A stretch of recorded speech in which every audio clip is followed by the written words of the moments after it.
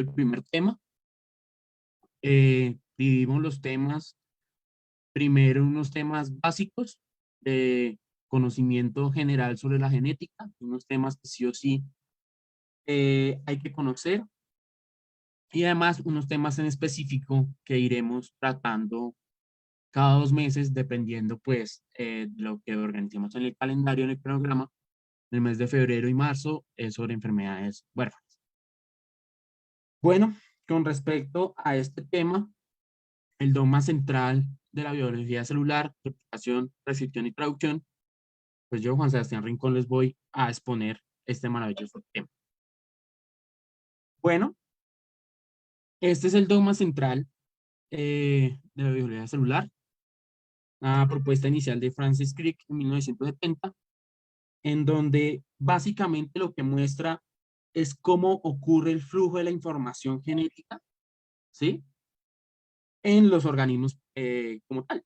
Entonces, en las células, usualmente de todos los organismos, se involucran prácticamente 3 moléculas de interés en la biología molecular: el ADN, el RNA y las proteínas.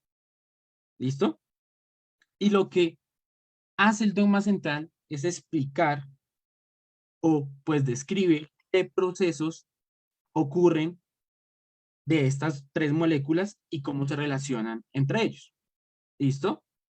Entonces, como pueden observar acá, el DNA puede replicarse, es decir, puede generar otra molécula de DNA, ¿sí? Este DNA al mismo tiempo puede generar una molécula de RNA, básicamente, pues llamado transcripción. El RNA puede ser llevado a producir proteína para traducción. Cada uno de los procesos son bastante importantes. La replicación obviamente es esencial y fundamental a la proliferación celular y también en algunas fases de la reproducción de los organismos, ¿sí? Y además, pues, este era el primer planteamiento que se tenía del dogma central. ¿Listo?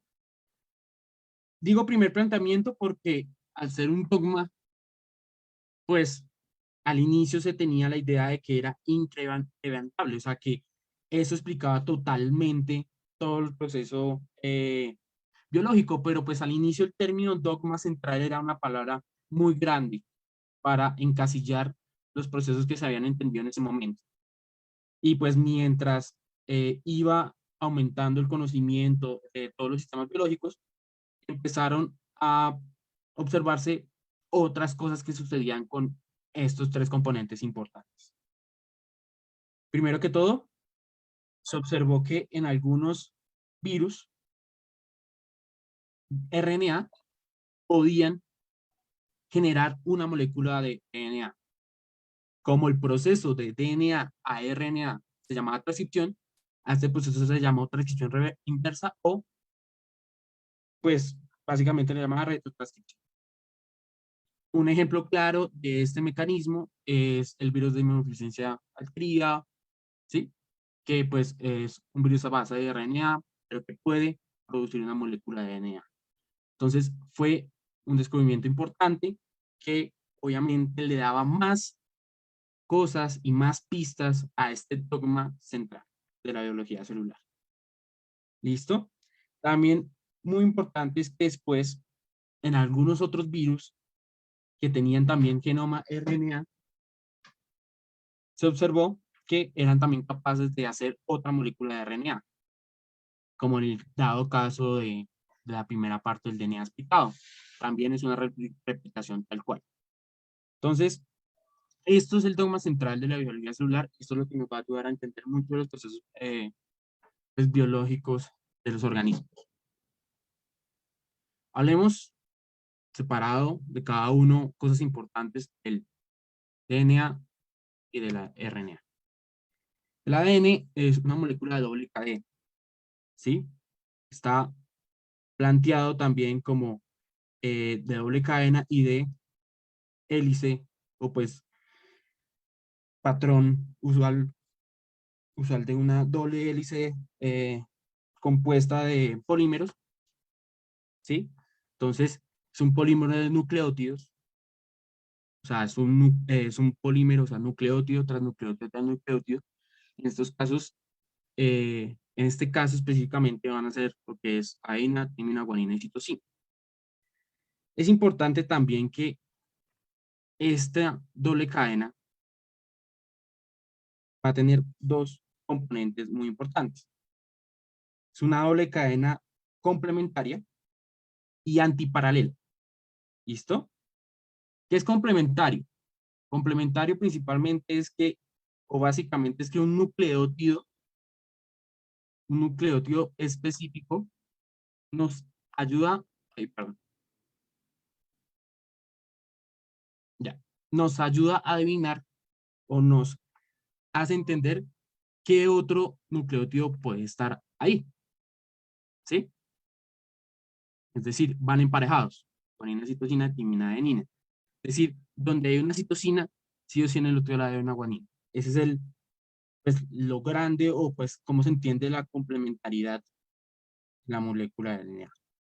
¿Qué significa antiparalelo? Antiparalelo en sí es que tienen una dirección pues, opuesta a una de las dos cadenas, ¿sí? Y estas dos cadenas, digamos, por ejemplo, digamos, esta cadena, digamos, estas direcciones van a ser entendidas en 5' y 3'. O, digamos, esta 5' a 3', esta va a ser 3' a 5'. ¿Qué significa esto de 3' a 5'? Lo que significa es que si decimos, digamos, que esta dirección 5' a 3', ¿sí? Significa que esta cadena, o pues acá, este nucleótido,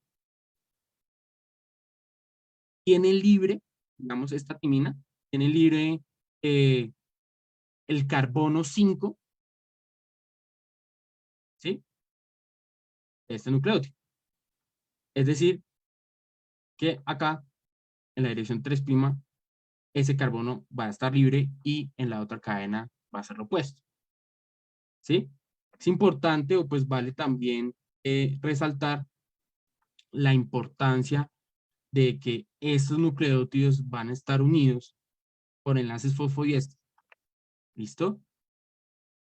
3 en dado caso de la citosina y la guanina y 2 en el caso de la timina y la adenina.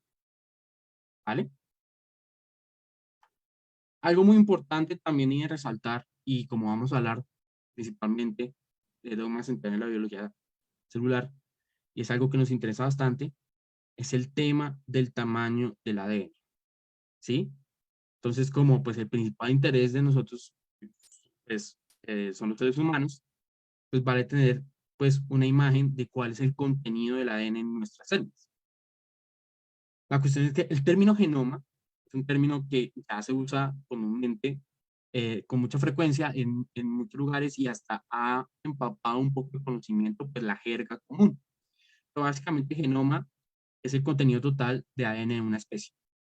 En nuestras células, que son células diploides, nosotros tenemos aproximadamente 6.400 millones de pares de bases y si nosotros contamos la cantidad de ADN hecho de cada una de las células, tenemos un número enorme, 6.4 millones de pares de bases. En esos, o sea, esos 6.4 millones de pares de bases están organizadas en 46 moléculas de ADN, ¿sí? Que son 46 cromosomas, 23 pares de cromosomas, por eso somos células diploides, organismos diploides, y dentro de ese componente hay aproximadamente alrededor de 25.000 genes. Eso ha ido cambiando con el tiempo, se ha ido descubriendo más y obviamente va a ir aumentando esa cantidad de genes, pero aproximadamente son 25.000 genes.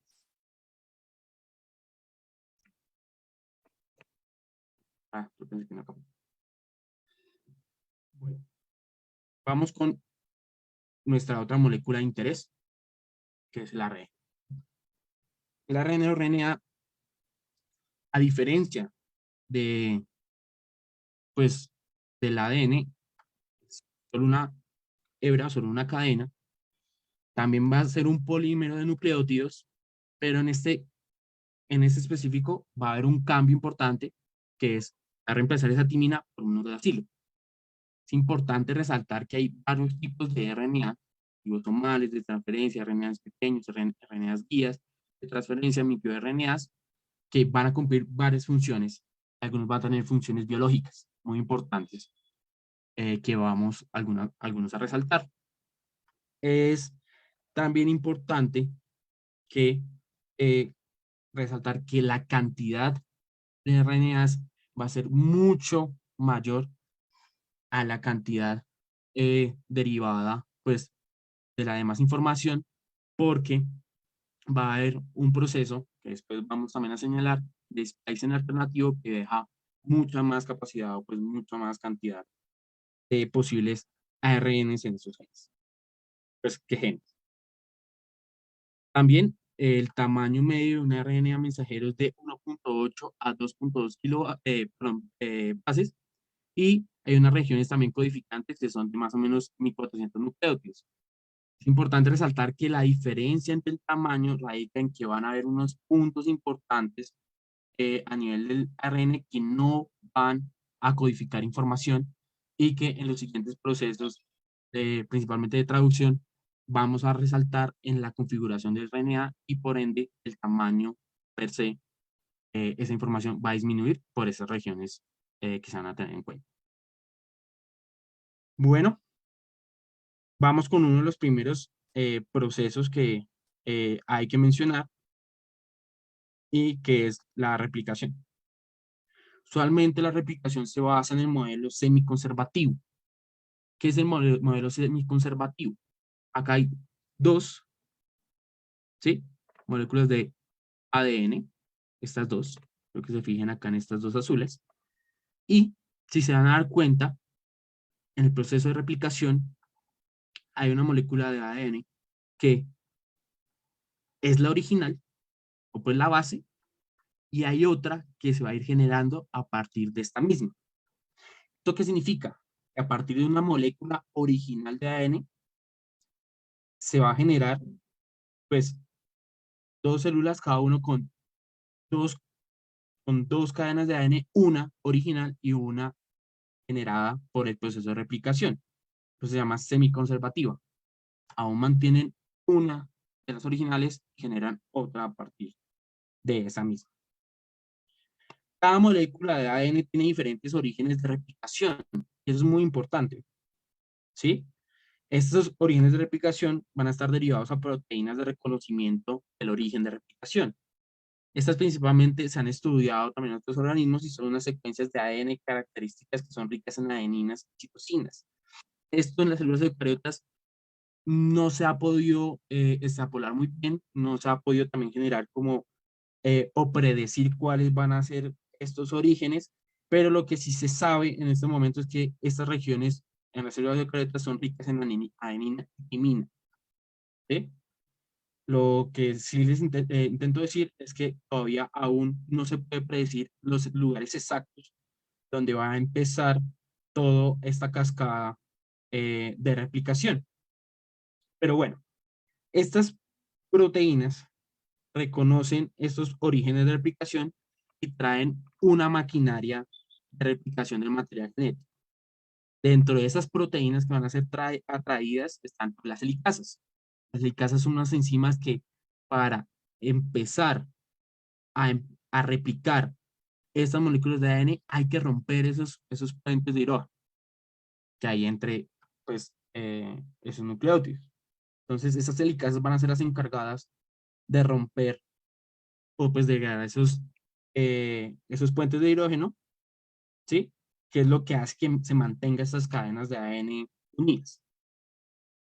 En cada origen de replicación se van a unir dos helicasas.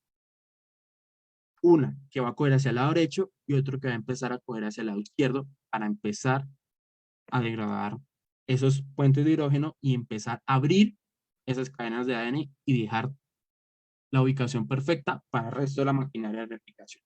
¿Listo? Cuando se empiezan a trabajar esas dos helicasas, se genera esto. Se genera es una burbuja de replicación. ¿Sí? Esta burbuja de replicación está compuesta con dos horquillas de replicación. Estas dos partes de acá se llaman horquillas de replicación. ¿Listo? Al separarse estos puentes de hidrógeno, se agregan, pues, otras enzimas que son las encargadas de polimerizar el material genético. Recordemos, como es un polímero de nucleótidos, va a haber una enzima encargada de empezar a polimerizar, empezar a colocar estos nucleótidos y generar otra réplica complementaria y antiparalela a la otra cadena. Estas son, pues, son las ADN polimerasas. ¿Listo? Entendido simple, fácilmente esto. Lo que les está explicando es básicamente esto.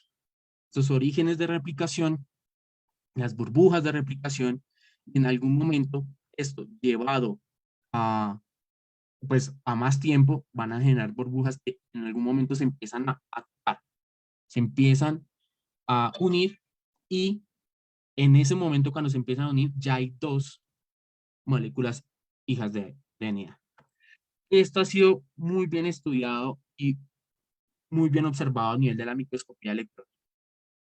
Miren cómo se generan estas horquillas de replicación, estas burbujas de replicación, estas horquillas de replicación, estas burbujas de replicación, pues para dar todo el proceso de replicación en la célula.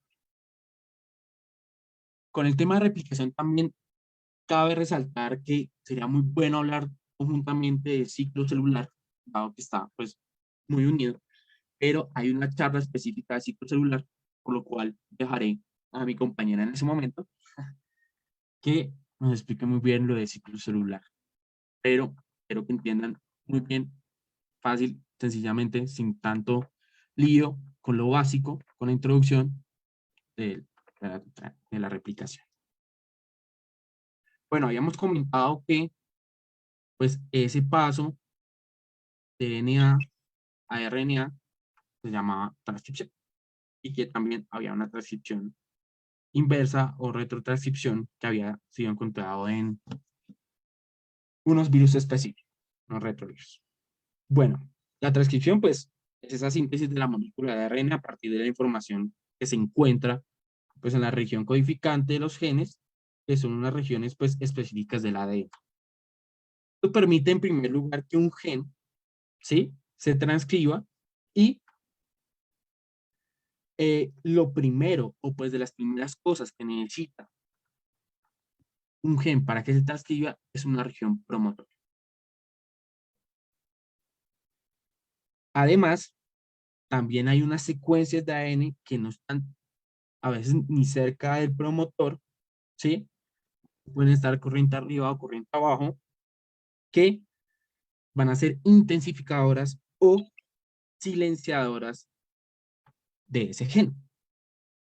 Dado que estas tres, o sea, los promotores, las regiones promotoras, silenciadoras y pues intensificadoras, son blanco de unas proteínas de factores de transcripción, ¿sí? Que estas proteínas son las que permiten el inicio o el bloqueo del inicio de la transcripción. Esto es lo que va a determinar si un gen se va a transcribir o no, o silenciar. ¿Cómo funciona esto? Estas proteínas que tienen dominios de unión reconocen estas regiones, pues estructuradas dadas por las secuencias de estas regiones promotoras, intensificadoras o silenciadoras. Estas se van a unir y formar el complejo de inicio de la transcripción. Este complejo de inicio de la transcripción va a traer la enzima que sintetiza este ARN. Y también recordemos que como es un polímero de nucleótidos, esta enzima se va a llamar ARN polimerasa. Esta ARN polimerasa es atraída por todo este complejo de factores de transcripción unida a las regiones promotoras, intensificadoras o silenciadoras. Y esta tiene también actividad helicasa, ¿sí? Para romper esos puentes de hidrógeno. Y leyendo la cadena 3' y 5' empieza a sintetizar la molécula de ADN. Sintetiza, pues, dicha información contenida desde el primer nucleótido del primer exón hasta que se encuentra con la secuencia de terminación continua pues, al nucleótido del exón de finalización. Esto es muy importante porque este ARN va a ser un ARN en ese momento inmaduro, ¿sí? Después va a ocurrir un proceso de maduración o de splicing, que es un corte de intrones y pegado de oxones, ¿sí?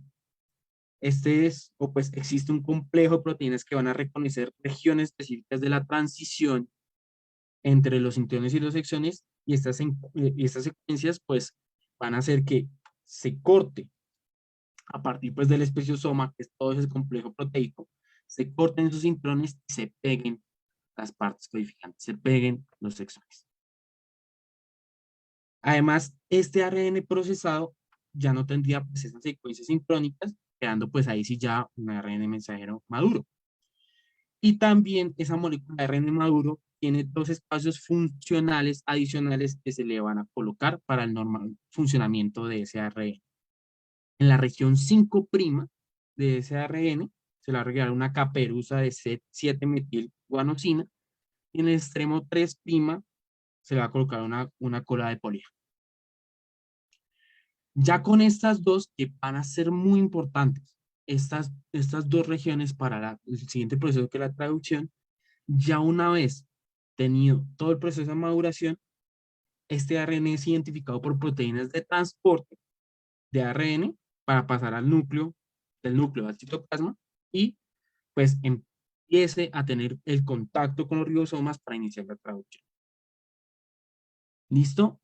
Eso es de manera más o menos sencilla, explicado lo de la transcripción, tener en cuenta que hay que hacer varios procesos para que se pueda de manera organizada y precisa saltar al siguiente proceso.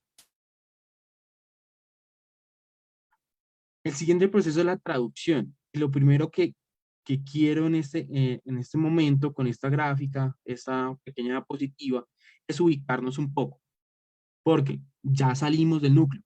Es decir, ese ya ARN mensajero maduro salió del núcleo de citoplasma a tener contacto con la siguiente complejos y las siguientes proteínas que le van a ayudar en ese proceso.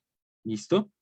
Estas, pues, todos sabemos que lo importante de la terminación de esta información es la generación de proteínas, y que estas proteínas son a base de aminoácidos. Entonces, lo que vamos a entender y a ver a continuación con respecto a la traducción es cómo va a pasar dicha información, o sea, esta secuencia de nucleótidos que estamos teniendo a aminoácidos, lo cual es de manera un poco metafórica, además es mirar un poco de lupa toda la maquinaria del arte que hay detrás de la biología, de todos los seres vivos. Entonces, es importante pues señalar que los ribosomas, pues los ribosomas como tal, el ARN mensajero se lee pues a través de 3 nucleótidos llamados codones y que cada codón va a equivaler a un aminoácido. Y con esto quiero explicar lo que es el código genético. Código genético es esa explicación de ese paso y es una de las cosas o de los aspectos más interesantes para comprender de los sistemas biológicos. Esto es ver cómo a partir de una secuencia de nucleótidos se pueden producir proteínas, ¿sí?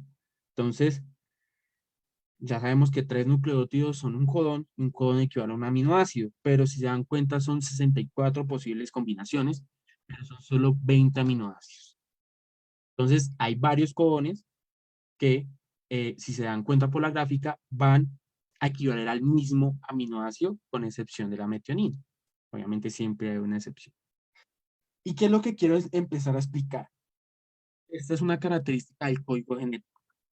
Se dice que el código genético es degenerado. ¿Qué significa que sea degenerado? Es que varios codones van a entenderse como un mismo aminoácido. Eso significa que sea degenerado. Además, el código genético tiene otras características. Va a tener un codón de inicio, ¿sí? Este que está colocado rojito de por sí, porque es una excepción de la regla, también es algo muy importante porque ese codón de inicio, esos 3 nucleótidos auge van a ser el codón de inicio para todos los organismos vivos. Y ese codón de inicio, si se dan cuenta, o sea, es entendido como una metionina. Es decir, todas las proteínas de todos los seres vivos, todos los organismos vivos, empiezan con el aminoácido metionina por el codón de inicio. Algo muy importante pues también entender.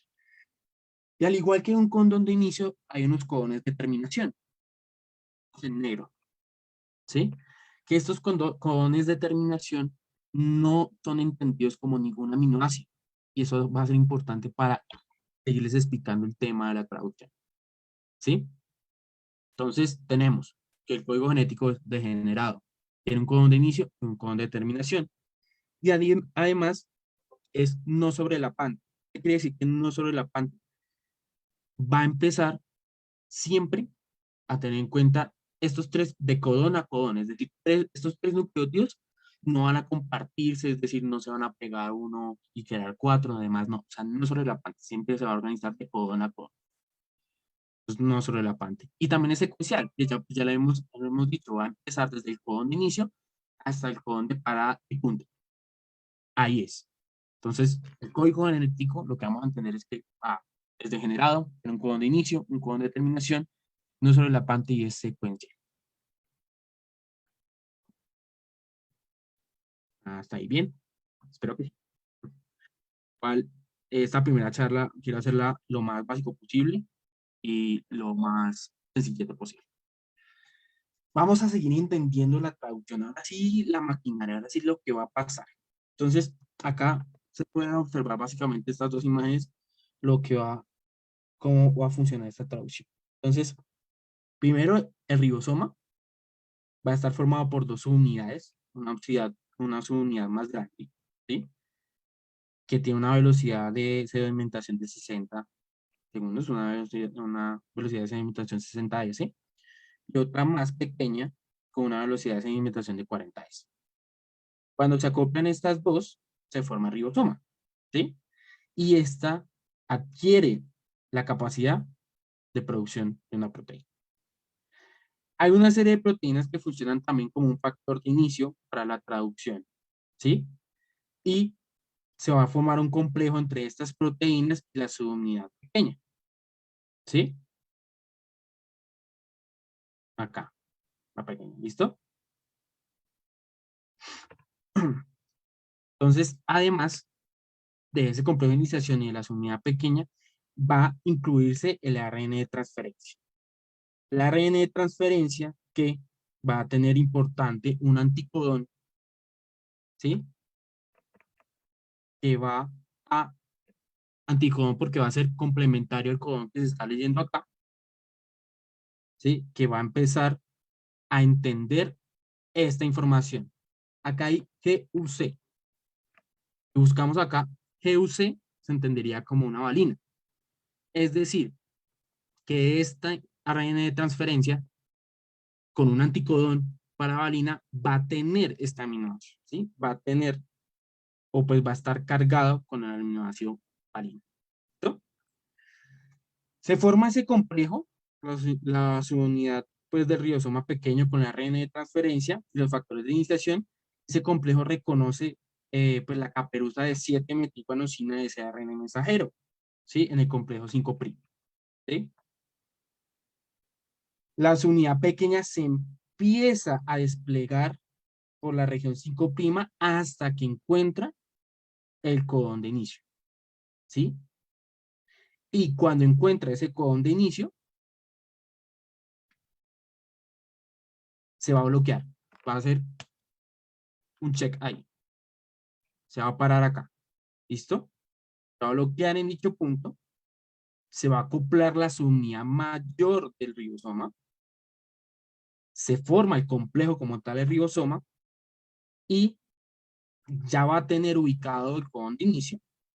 Y ese codón de inicio va a llegar, a ese codón de inicio va a llegar un anticodón, un RN de transferencia con anticodón que va a estar cargado con la metionina. Va a entender, pues, ese codón de inicio. Pues, después, cuando ya se une ese ARN de transferencia que tiene ese anticodón y, pues, con la metionina, el ribosoma va a sintetizar un enlace peptil entre los dos aminoácidos. entre el que llega acá, el que ya se está entendiendo del otro lado. Cuando ya llega este ARN de transferencia al codón de inicio, lo que hace hacer el ribosoma es correrse a un lado. Y al correrse a un lado se corre un codón. Y ese codón, lo mismo, va a llegar otro ARN de transferencia. Al llegar y tener estos dos ahí pegaditos, va a generar un enlace peptídeo entre esos dos aminoácidos. El que está en primero y el segundo ARN de transferencia. ¿Sí? Entonces se va a transferir el aminoácido del primero al segundo, ARN de transferencia, y se va a correr de nuevo pues un codón. Se va a liberar el ARN de transferencia que pues ya no tiene ningún aminoácido, el que ya donó ese aminoácido, y pues va a quedar otro ARN de transferencia que pues ya no va a tener uno, sino dos. Acá en la imagen pues ya se está haciendo bastante proceso y acá ya hay 5 aminoácidos. Y así sucesivamente. Se va a ir corriendo un codón, va a llegar a una ARN de transferencia entendiendo que con el anticodón de esta lectura acá, con el aminoácido correspondiente, se va a hacer el enlace peptídeo entre los dos aminoácidos, se corre un codón, se libera el ARN de transferencia, que ya no tiene ningún aminoácido y se va generando la secuencia. Ahí. Llega un momento donde llega es a un codón de determinación, ¿sí? Y en ese momento, pues, no se reconoce ningún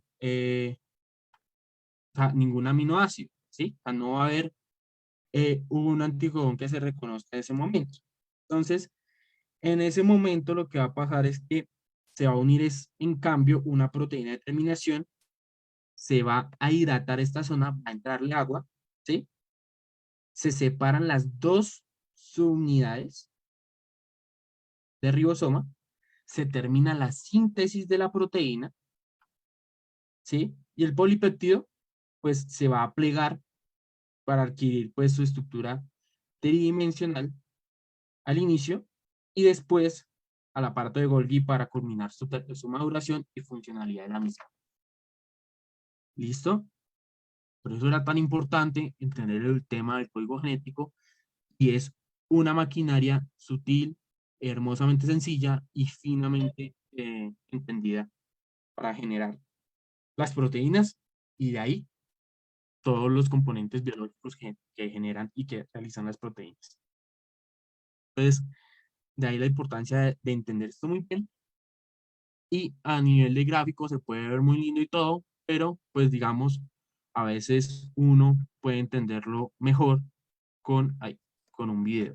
Esperen a ver si, bueno, espera a ver el video si me deja. Mm,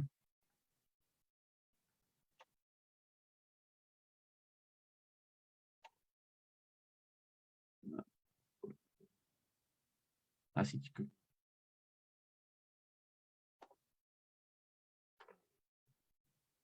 Hasta ahí bien. Pueden diciendo tú, espera, a ver, no le dio nada al chat. Ah, hasta ahí bien. Comentarios mientras se coloca el video. Una manera sencilla de entender el tema central de la biología celular. Y quiero mostrarles gráficamente cómo se ve eso súper bonito.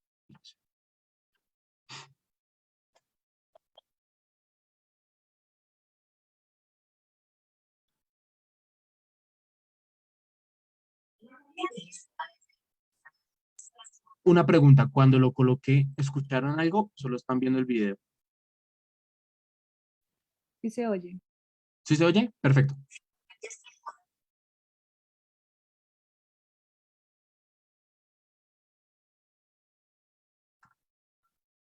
Eh, se pausó, ¿no? Espera, sí se pausó. Ay, está cuadrado. Ya, lo voy a bajar.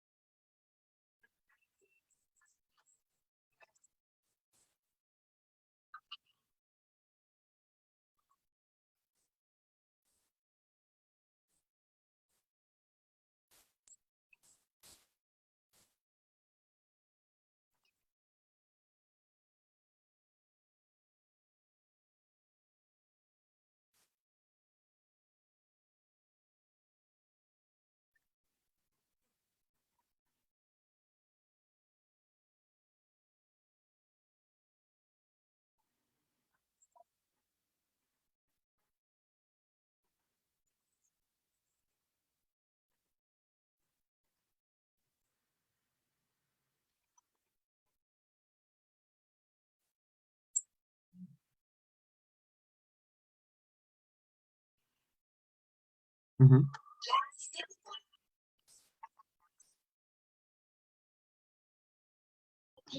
Gerard, no te escucho. No, ¿no escuchas el video, Gina? No, el video no se está escuchando. ¿No? ¿Nadie lo escucha? Me dijeron que se está escuchando. ¿Me confirman? No, yo tampoco, la No, no verdad. se escucha. Ah, me han dicho. Entonces yo les No, voy a no, explicar. no, no lo escucho. Yo Ah, pensé yo que era mi convencido. audio. Convencido. Entonces les voy. Entonces esperen, quito el audio porque como yo sí lo escucho. Pues acá en la imagen se observa la red de mensaje saliendo del núcleo del citoplasma. ¿Sí? Ok. Acá está el ribosoma que entonces, como lo va a explicar ahorita más adelante el video, pues lo va a ejemplizar. Entonces lo coge. Ah, espere que está. Espera. Ah, este ribosoma, la unidad pequeña, la ciudad grande, la coge como si fuera una cinta, como ir cogiendo uno la cinta de película, ¿sí? Y, espérame, ya, lo coge como una cinta, eso es lo que quería que vieran, como una cinta irlo cogiendo. Estas moléculas verdes que se están viendo son las redes de transferencia y los puntos rojos son los aminoácidos, ¿sí? Cada ARN de transferencia también con su anticodón, ¿sí? Para irse colocando en los codones del ARN mensajero e ir colocando secuencialmente los aminoácidos. El ribosoma, la subunidad mayor, lo que hace es, ya cuando pegó ese aminoácido, sacar esos ARNs de transferencia, ¿sí? Y lo va haciendo así sucesivamente, como una película, como una impresora de esas industriales, que es, yo creo que es los mejores ejemplos de eso. Va haciendo toda esta secuencia de aminoácidos para generar, pues, la proteína eh, que se está codificando. Entonces, acá lo que estamos mostrando es el sitio A, el sitio B y el sitio E de este ribosoma, en donde va a ser determinante, uno, el punto de inicio de la colocación del anticodón, dos, cuando ya se coloca dicho aminoácido, y tres, cuando se libera ese ARN de transferencia. Entonces, se está haciendo toda una película, rapidísimo, se está pegando los ARN de transferencia en un orden a cada rato, y se está haciendo esa secuencia de aminoácidos para generar esa. Llega un momento, pues, como les expliqué, que en algún momento va a haber un codón de finalización, un codón de parada, que no, en el cual no se va a pegar ninguna ARN de transferencia, y ahí lo que se va a pegar es unas proteínas de finalización, de terminación, y al pegar eso se va a hidratar dicha zona, va a entrar agua, y esa agua lo que va a hacer es separar las dos unidades del ribosoma, y ya la cadena de aminoácidos se va a empezar a plegar para formar pues, la estructura secundaria y terciaria e ir posteriormente al aparato de Golgi a terminarse de madurar y de generar su ciclo.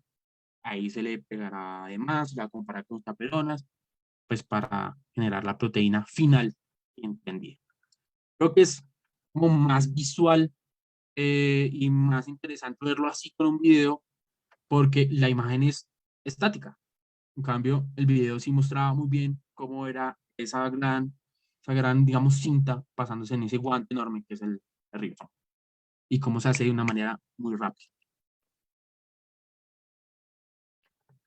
Fue algo corto, algo simple, primero para eh, necesariamente explicarles lo básico, lo necesario, de una manera muy sencilla que cualquiera pueda entender y no tan larga, obviamente, para no aburrirles.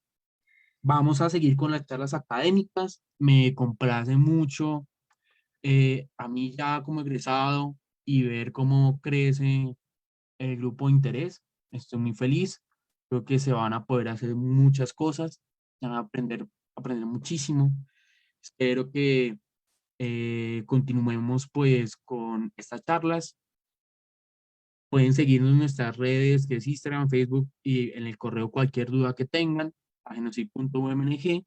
Nosotros también tenemos grupos de WhatsApp donde informamos los eventos y demás. Entonces, en la encuesta que yo les mandé al inicio, y si algo se las vuelvo a enviar, por favor llenen la encuesta Ahí van a haber unas preguntas básicas que sí o sí tocaban, y otras preguntas sobre qué temas quieren que hablemos, sobre si les parece tal información y demás. Últimamente también esta plataforma se llama Sermo, es para médicos ya graduados, en donde se pueden colocar casos clínicos. Son médicos a nivel internacional y uno sabe que son médicos porque la plataforma para registrarse uno necesita o colocar el diploma, tarjeta profesional o al menos colocarle el carnet donde se está trabajando. Y uno puede colocar casos difíciles, casos interesantes y las personas le pueden ayudar o no con los casos, digamos, si uno tiene duda en los casos o si uno quiere mostrar algo. En Sermo también estamos colocando casos interesantes de genética.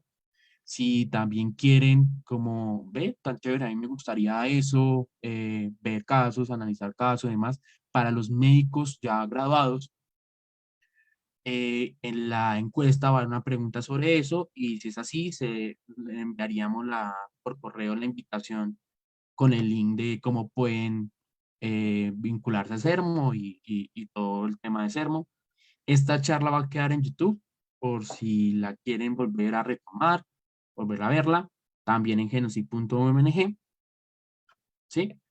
Y recordarles el evento del 14, el Día Internacional de la Epilepsia. El día siguiente es el síndrome de Angelman, entonces uno de nuestros tutores académicos va a dar dicha charla y estaremos enviando la información sobre el evento presencial del Día de las Enfermedades Huérfanas, que también va a estar muy bueno. Espero que lo hayan disfrutado, hayan repasado las cositas de una manera muy básica. Espero también se conecten a las demás charlas y posiblemente también este año hagamos el simposio virtual, que nos fue muy bien el año pasado. Entonces, igual recalco, estoy muy feliz de que el grupo esté creciendo. También si las personas que, digamos, se conectaron por primera vez y que no forman parte del grupo y quisieran formar parte, pueden escribir a las redes sociales o al correo para ser parte del grupo de interés. Y eso les quería contar. Del grupo, no sé si alguien quiere comentar algo, decir algo.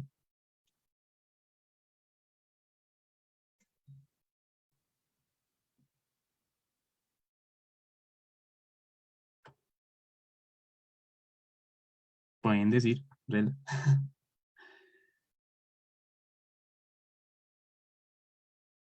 Pueden comentar lo que quieran.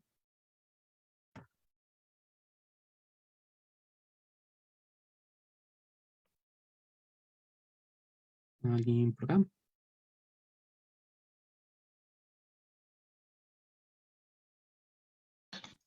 Sebas, muchas gracias, muy interesante tu charla. No se preocupen, con todo el gusto. Es un placer. ¿Cómo es que dejo de presentar acá? Yo soy super torta en Stop Share. Acá, ¿no? Arriba, arriba, arriba. Sebas, donde dice... Sí, ya, ya. Es un poco bola en Zoom. No se les olvide llenar la encuesta, porfa. Si alguien manda el grupo, los tutores, los que quieran miembros, quiere decir algo, lo puede decir. Pero para los estudiantes, bueno, Los esperamos aprovechando, el 14. sí, los estudiantes que sean del militar, hay parte del grupo acá, se pueden quedar. De resto, ya se pueden salir si quieren, con todo el gusto. Los estudiantes sí, por favor.